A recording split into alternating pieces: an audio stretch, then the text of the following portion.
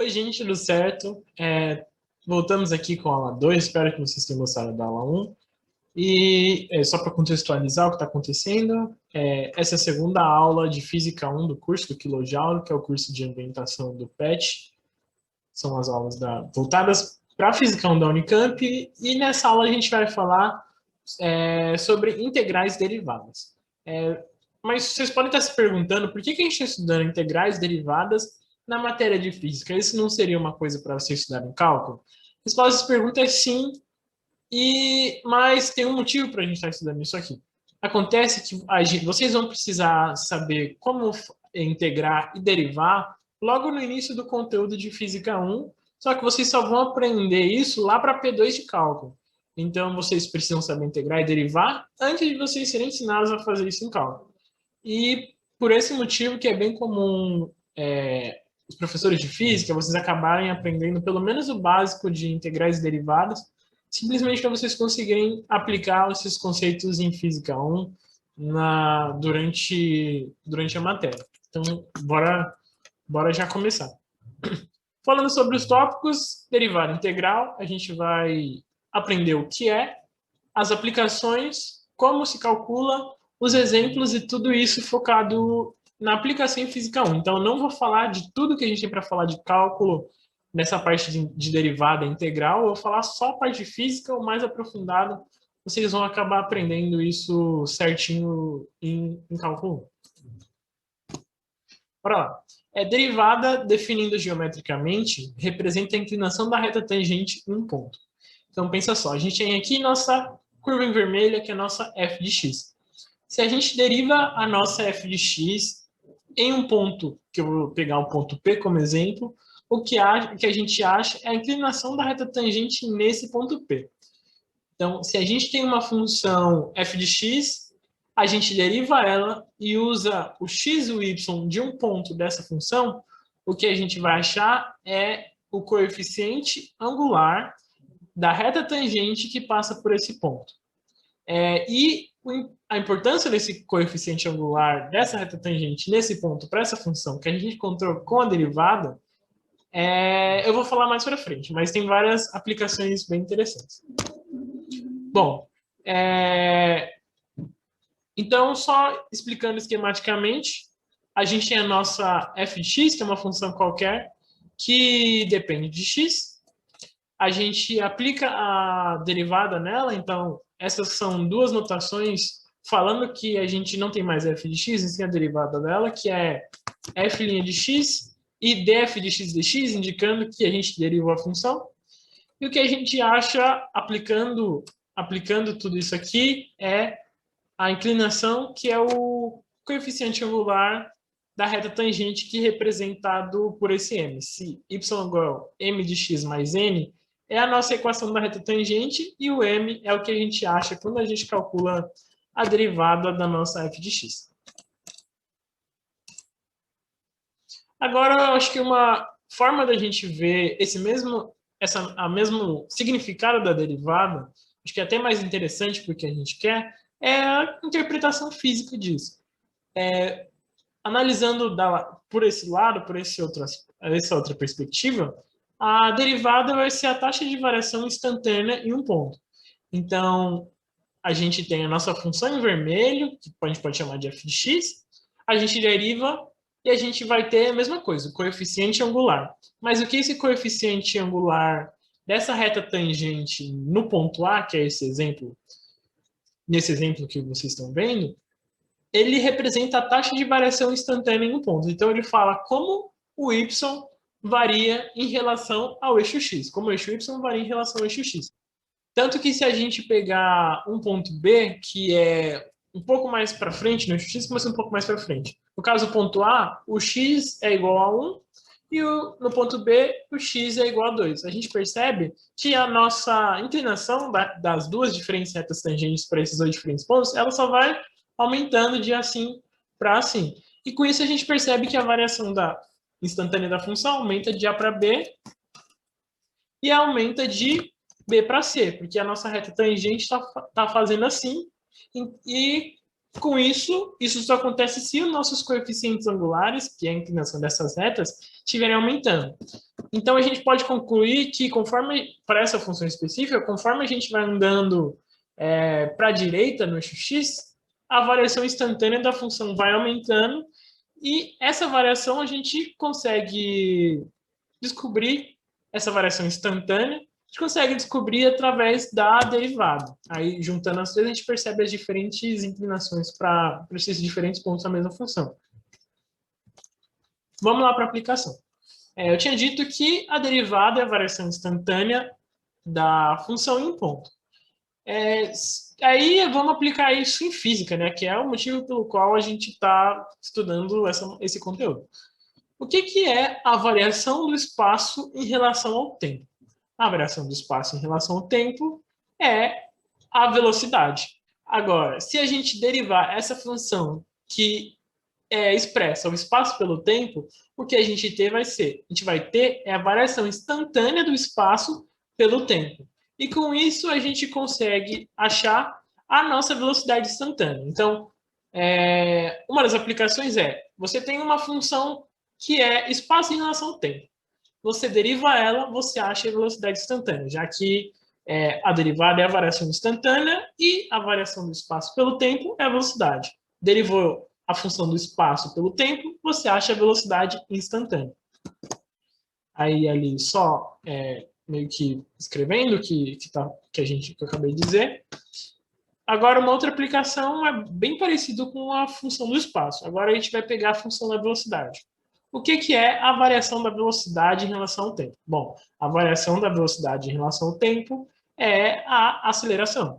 Então, se a derivada expressa a variação instantânea de uma coisa pela outra, se a gente derivar a velocidade, a gente vai ter a variação instantânea da velocidade pelo tempo.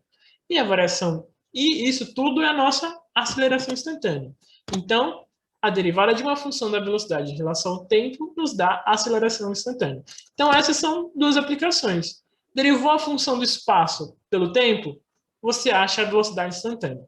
Derivou a função da velocidade pelo tempo, você acha a aceleração instantânea. Então, é por isso que derivada vai ser tão importante para a gente física 1, porque a gente vai, através dela, achar a velocidade instantânea e a aceleração instantânea. Falando agora só como a gente calcula a derivada de fato, a gente tem algumas regrinhas que vocês vão poder aplicar sempre que vocês tiverem uma função que vocês querem derivar. Aplicando essas regrinhas direitinho, vocês vão encontrar a derivada e aí vocês usam a derivada de acordo com a necessidade de vocês. Derivada de uma constante, seja, digamos que C seja igual a 1, é zero. Então, sempre que vocês forem derivar uma constante é zero, derivada de 1, de 2, de 10 é zero. Derivada de uma variável é sempre 1. Derivada de uma constante vezes uma variável vai ser a própria constante. Aqui a gente tem a nossa regra do tombo. A regra do tombo ela é bem importante para a gente, principalmente com polinômios. Por exemplo, x ao cubo, x ao quadrado, x à quarta. Essa regra do tombo vai ser bem útil. A regra do tombo diz que a gente tem uma variável elevado a uma constante. O que a gente faz é multiplicar essa variável por essa constante e subtrair 1 do expoente. Vou pegar como exemplo, vamos derivar aqui em cima, x ao cubo. Então, a gente quer x ao cubo linha. O que a gente faz é multiplicar a variável por essa constante e subtrair 1 do expoente. Como o nosso x é ao cubo, a gente vai subtrair 1 e a gente vai com x ao quadrado. E essa é a derivada de x ao cubo é igual a 3x ao quadrado. Vou botar aqui. Então, aqui é a regra do tombo. A derivada de seno é cosseno. A derivada de cosseno é menos seno. Agora, a gente tem umas coisas um pouco mais específicas sobre derivada. Se a gente tem uma constante multiplicando uma função e a gente quer derivar tudo isso, o que a gente faz é tirar a constante de dentro da derivada. Então, a gente vai ter a constante vezes a derivada da função. Meio que você põe a constante para fora e deriva só a função. Derivada da soma, se você tem uma função mais a outra e você quer derivar tudo isso, o que você faz é derivar uma função e derivar a outra e depois você soma. Derivada do produto, se você tem duas coisas sendo multiplicadas, e você quer derivar isso, você faz o seguinte, você deriva a primeira, multiplica pela segunda, você multiplica a primeira pela derivada da segunda. E aí você aplica essa regrinha, que é a derivada do produto, e você vai achar a derivada de duas funções que estão sendo multiplicadas. Derivada do quociente, quando a gente quiser derivar uma função dividida pela outra, a gente vai derivar a de cima, multiplicar pela de baixo, menos a de cima vezes a derivada da de baixo e dividido pela de baixo ao quadrado.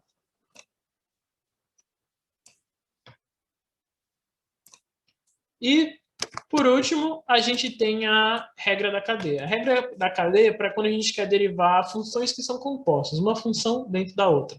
O que a gente faz é derivar a função de fora com a função de dentro como incógnita, e a gente multiplica tudo isso pela derivada do que está dentro da função composta. Essas regrinhas da esquerda, que é essas aqui que eu estou circulando, posso dizer que são as mais importantes. Pelo menos para a física, creio eu que vocês consigam resolver muito do que vocês vão precisar. E essas daqui de cima também são bem importantes, mas elas são relativamente intuitivas, então eu creio que vocês vão ter facilidade em utilizar elas.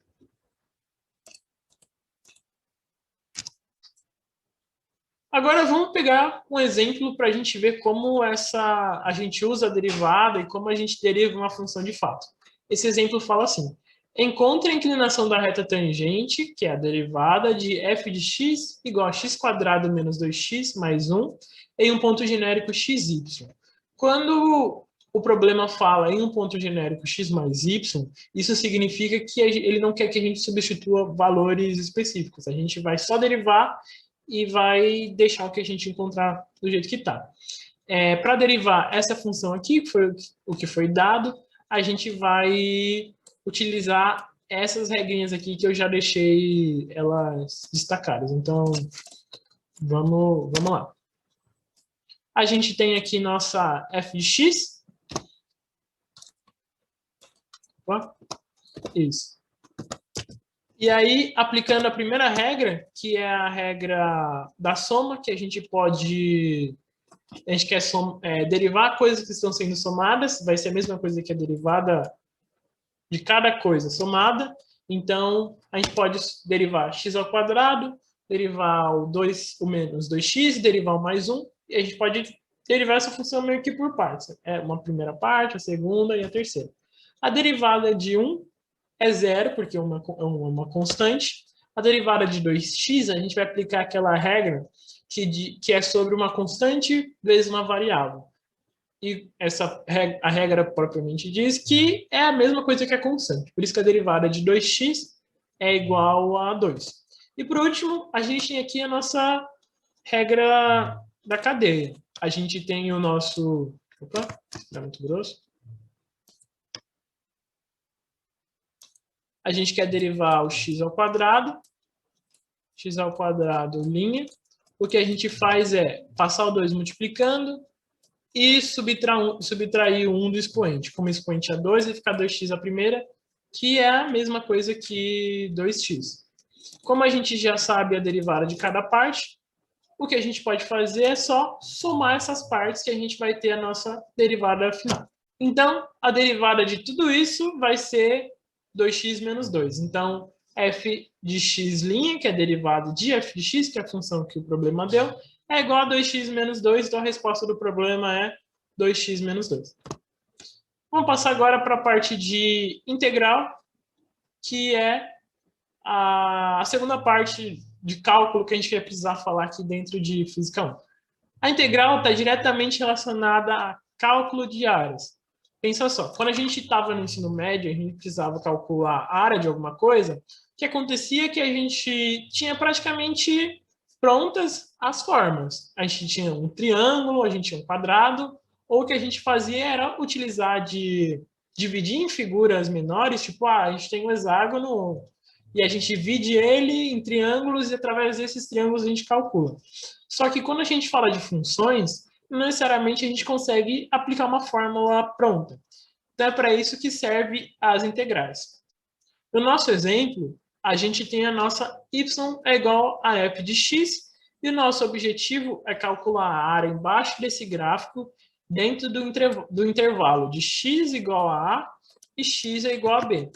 Uma das opções que a gente tem é, de novo, aquela questão da gente usar figuras que a gente conhece para a gente calcular coisas que a gente não conhece. A gente poderia encher essa área que a gente quer calcular de retângulos que a gente sabe a área. Isso seria uma aproximação. E aí meio que seria uma aproximação, então essa parte compensaria essa parte compensaria essa parte compensaria essa, e daria uma aproximação razoavelmente boa. Para a gente aumentar a proximidade dessa estimativa que a gente está fazendo com a realidade, a gente pode aumentar a quantidade de retângulos que estão preenchendo a área que a gente quer, que é essa segunda figura. A gente aumentou os retângulos e eles estão só limpar, e eles estão representando melhor a área embaixo desse gráfico. Se a gente pegar essa quantidade de retângulos e tender eles ao infinito, a gente vai ter infinitos retângulos, a gente vai ter a área perfeita embaixo da nossa função, já que ela vai estar preenchendo exatamente o que a nossa função representa dentro do intervalo que a gente quer, a área que a área que a gente quer, né?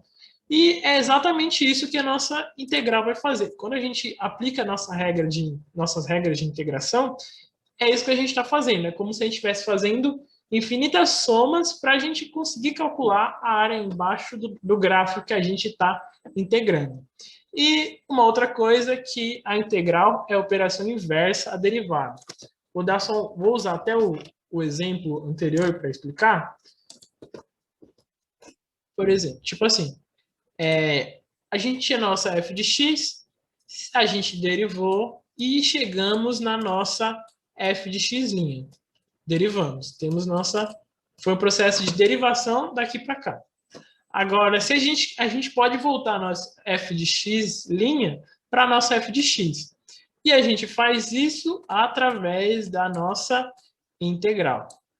Isso era a fração segunda de integral, isso, nossa integral. Então, esse é o motivo pelo qual está escrito ali no slide que a nossa integral é a operação inversa à derivada, porque uma faz e a outra desfaz. Então, só exemplificando ali como a gente representa a integral, que é deixa eu riscar aqui, esse símbolo que parece ser uma cobrinha, a nossa integral de A até a B, que são os intervalos de x que a gente fez nossa integração, de f de x, que é a função que a gente integrou em relação a x, vai ser a nossa área sob o gráfico. Então, é assim que a gente representa que a gente está fazendo uma integral, isso que ela significa, a área dentro do intervalo que a gente escolheu. Aplicações. Se a nossa integral calcula áreas, o que é a área embaixo do gráfico da velocidade pelo tempo? Então, seria uma área que preencheria esse espaço aqui, mais ou menos. E essa área representa o nosso deslocamento, a nossa variação, nosso ΔS. Então, se a gente deriva a área embaixo de um gráfico dentro de um intervalo de t0 até t, a função da nossa velocidade, o que a gente vai achar é o deslocamento representado por dentro desse tempo que a gente escolheu. Outra aplicação, bem parecida com o que eu acabei de falar, é a nossa aceleração. Se a gente integra a nossa função que representa a aceleração do intervalo t0 até t, o que a gente vai achar é a área embaixo desse gráfico aqui. Vou até tentar pintar esse gráfico aqui. O que representa a área embaixo de um gráfico da aceleração pelo tempo? Isso é a nossa variação da velocidade. Então, derivar a nossa função da aceleração pelo tempo de um t0 até t, a gente vai achar a nossa variação da velocidade de t0 até t. Bom, vamos falar agora das regras de integração para a gente conseguir aplicar aqui em física só a parte básica mesmo. A primeira regra é quando a gente vai integrar uma constante. Se a gente integra uma constante, a gente vai ter a constante vezes a variável dessa integral. Por exemplo, a integral de 1 dx vai ser sempre um x, simples assim. Se a gente vai integrar uma constante vezes uma função, o que a gente faz é tirar essa constante de dentro da integral e a gente integra a função normalmente. Se a gente tem duas funções somadas e a gente integra, a gente quer integrar a soma dessas funções, o que a gente pode fazer é integrar essas funções separadamente e depois somar essas integrais que a gente fez. Uma muito importante aqui, essa aqui, para a gente integrar polinômios de novo, é como se fosse o contrário da regra da cadeia. Se a gente vai integrar uma função elevada a uma constante, a gente faz o seguinte, na parte de cima, a gente soma 1 a essa constante, na parte de baixo, a gente pega essa constante e soma 1 também, só que dividindo. Vou dar um exemplo que talvez tenha ficado confuso. A integral de x ao cubo dx. O que a gente vai ter de resultado? Vai ter x ao cubo mais 1 como expoente e divide por 3 mais 1. O resultado vai ser x² sobre 4.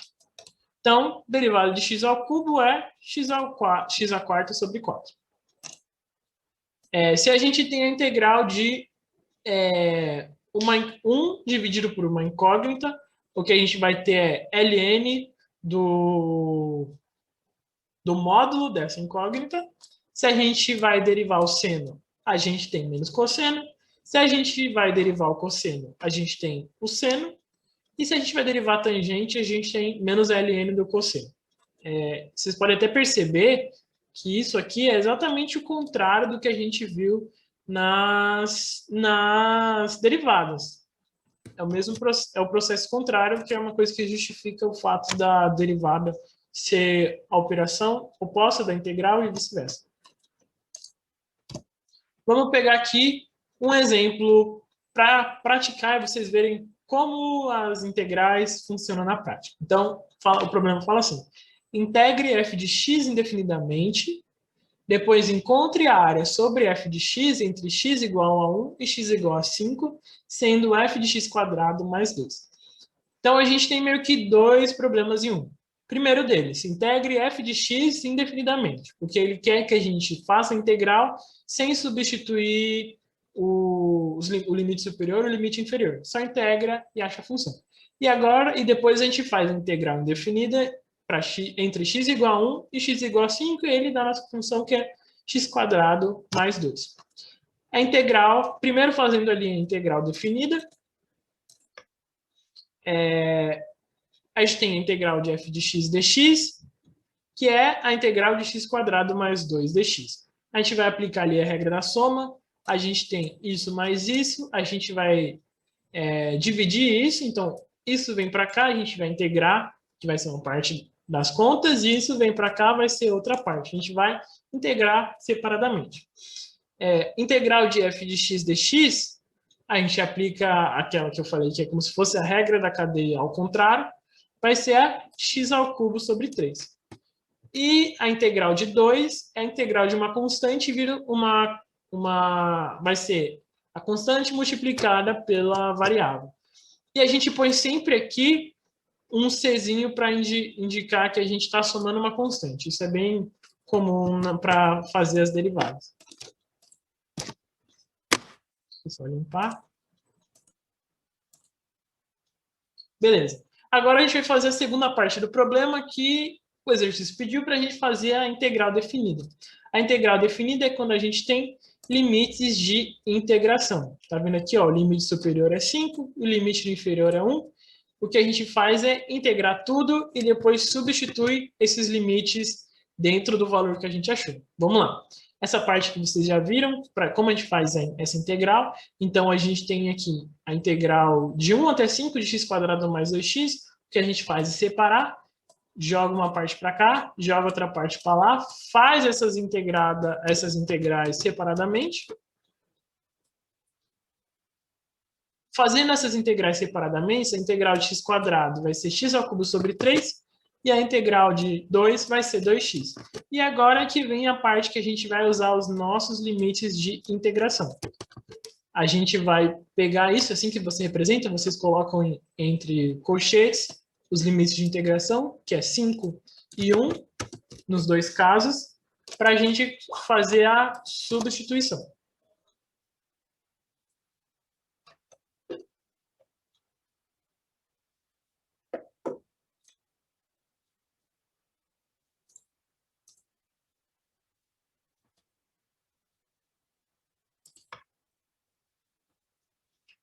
Agora passando, eu só repetir aqui, né? Isso aqui já estava no slide anterior. A gente vai fazer nossa substituição da seguinte forma. A gente substitui o limite superior dentro do que a gente achou e subtrai do limite inferior. Então, a gente tem x² sobre 3 com limite superior de 5 e 1. Então, a gente vai fazer 5² dividido por 3 menos 1² dividido por 3. E a mesma coisa vai ser para o 2x. O 2 a gente pode tirar de dentro disso, né? Porque é uma constante, então a constante a gente pode jogar aqui para o lado de fora, mas a gente vai fazer a subtração subtraindo também. Então, a gente substitui x pelo limite superior, que é 5, pelo limite inferior, que é 1. Então, vai ficar 5 menos 1. Fazendo todas essas contas, a gente chega que nossa integral é 148 dividido por 3. Vamos lá, passar para um resumo para sintetizar tudo que a gente aprendeu. A derivada, ela representa a inclinação da reta tangente que cruza a nossa função em um ponto específico. E outra forma da gente entender ela é que ela é uma taxa de variação da função, a taxa de variação instantânea.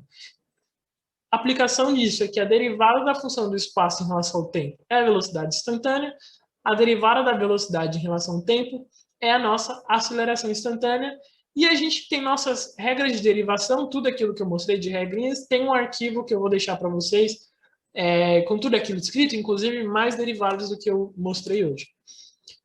Vamos passar agora para o resumo de integrais. Integrais são diretamente relacionadas ao cálculo de áreas. E uma integral é a operação inversa da derivada. A aplicação disso é que a integral da aceleração pelo tempo é a velocidade e a integral da velocidade pelo tempo é a variação do espaço. A integral da aceleração é a variação do espaço, a integral da velocidade é a variação. A integral da aceleração é a variação da velocidade e a integral da velocidade é a variação do espaço. Então, por hoje é isso, terminamos. Tem uma lista 2 de exercícios que dessa aula 2, né, falando sobre derivadas integrais para vocês praticarem. Dúvidas, surtos, que vocês quiserem conversar, a gente vai ter nossas aulas síncronas e essa aula está aí referenciada no calendário, então veja qual dia que é, se vocês quiserem tirar dúvida. A gente tem também o Discord e o WhatsApp, podem ficar à vontade para perguntar o que quiserem. E essas são as referências das nossas aulas. Eu só deixei ali o último link, o link azulzinho, que é um link que, para caso vocês estiverem treinando, ou vocês quiserem verificar se vocês integraram ou derivaram certo, é um site que tem uma calculadora de integrais e derivadas, que é só vocês jogarem lá a função e ela já sai resolvida. Mas é importante que vocês treinem, porque saber fazer isso por si só é uma habilidade muito importante, por mais que seja no EAD, pode ser que vocês precisem e não consigam consultar. Por hoje foi isso. A gente tem ainda outras aulas. Fiquem à vontade para assistir. E obrigado por assistirem a aula 2. Espero que vocês tenham conseguido aprender tudo que eu tentei passar hoje. Valeu!